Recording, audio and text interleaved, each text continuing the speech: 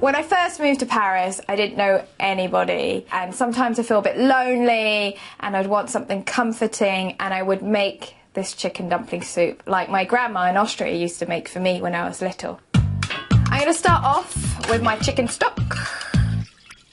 I'm using homemade, but you could always use a good quality stock cube. Just don't tell the Parisians.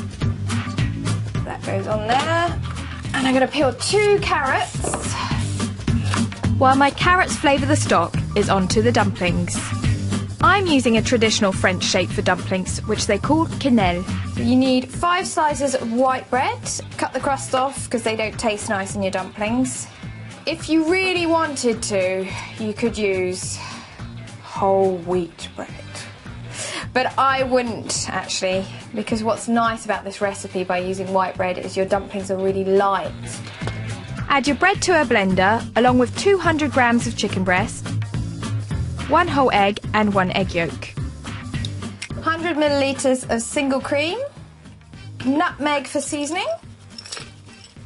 This is real home cooking. I mean, you're very unlikely to see quenelle in a restaurant. And if they do quenelle, they tend to be baked and quite heavy with a rich kind of white sauce, whereas this is actually quite light because you're having it in a soup. It feels really nourishing. It's kind of one of these dishes is if you're feeling poorly, you would have this.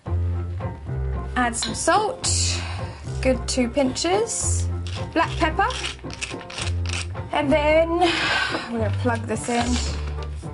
If I can find my plug. I've like only got 1 socket in this apartment. Hey! Alright. You want to blend it until it's a paste. Perfect! While that's coming to a boil, I'm going to chop up my mushrooms. Alright, that has come to a boil. I'm going to turn it down.